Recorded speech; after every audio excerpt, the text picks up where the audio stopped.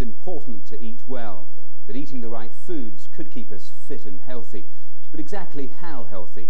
Scientists are making some extraordinary discoveries about how the food we eat could actually help us. One vegetable we might have turned up our noses at as children could hold the key to one of our most feared diseases. Every day, millions of cell divisions take place in our body. But sometimes, as these new cells are faithfully reproduced, mistakes occur called mutations, which, if the body's protective agents fail to check, will grow out of control. Although our defense systems are extremely reliable, in the developed world, 1 in 6 people will succumb to cancer.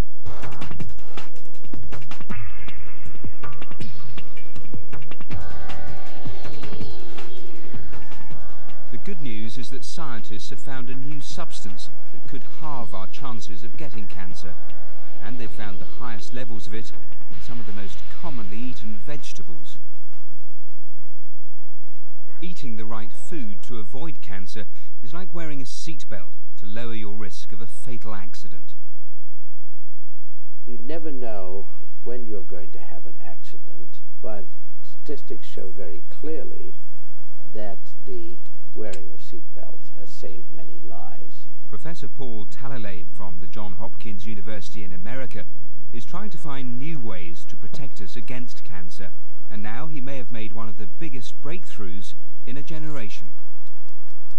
Time has come in America when the same kind of concentrated effort that split the atom and took man to the moon should be turned toward conquering this dread disease.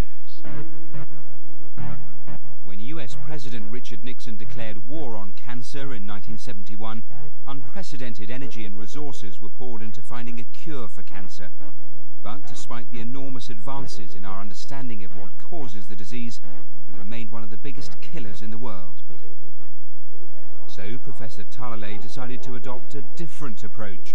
Instead of trying to cure cancer, try to prevent it.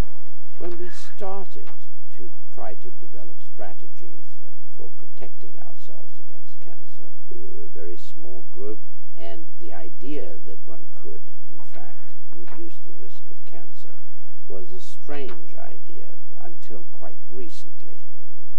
All cancer arises from one single cell. The process that turns that cell malignant can take decades. So, rather than search for a cure for full-blown cancers, Talalay looked for a way to halt the process much earlier in its cycle. This is the silent period during which we simply do not know that we contain cells that are at one stage or another. And so one is really looking to attack a hidden enemy. Cancer involves a series of cumulative changes to the cell's DNA over 15 to 20 years. It is much easier to arrest or reverse this process during the early years than to fight an established tumour later. There are enzymes in our own cells that are concerned with the detoxification of cancer-causing chemicals.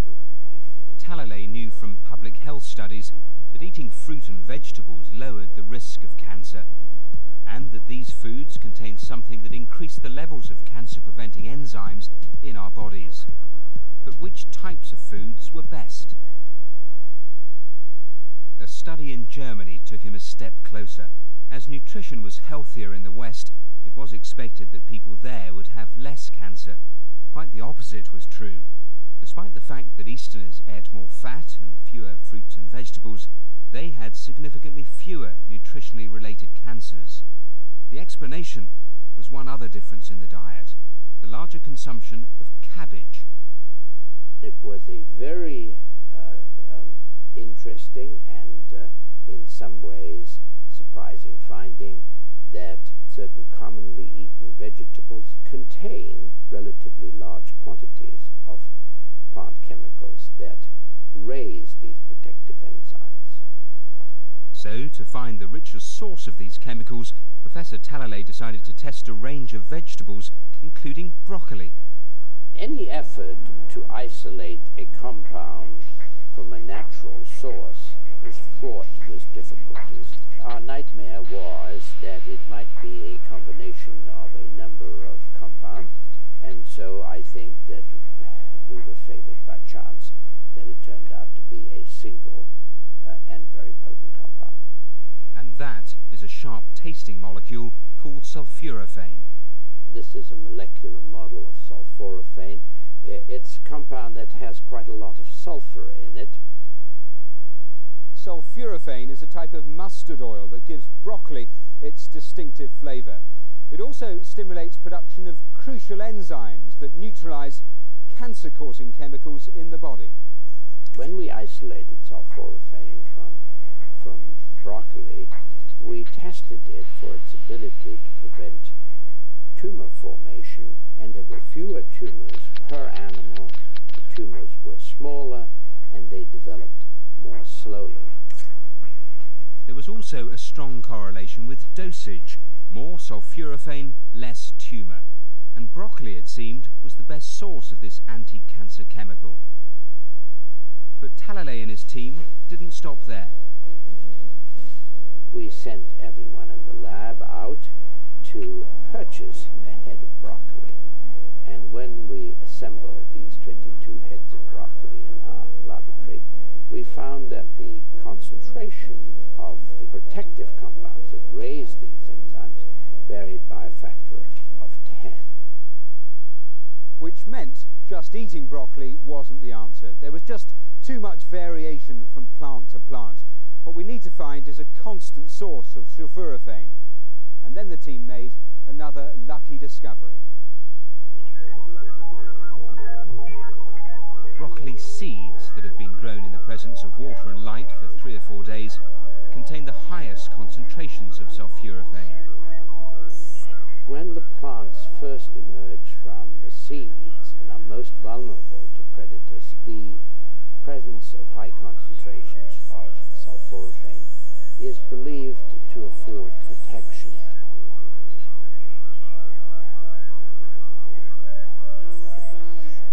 Eating a single tablespoon of these seeds every day is the equivalent of consuming 1.5 kilograms of mature broccoli a week.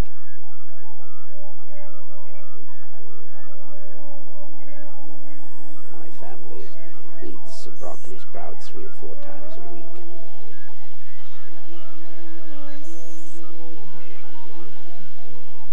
They may not look very appetizing, but a handful of these seedlings could be just what you need to reduce the risk of cancer.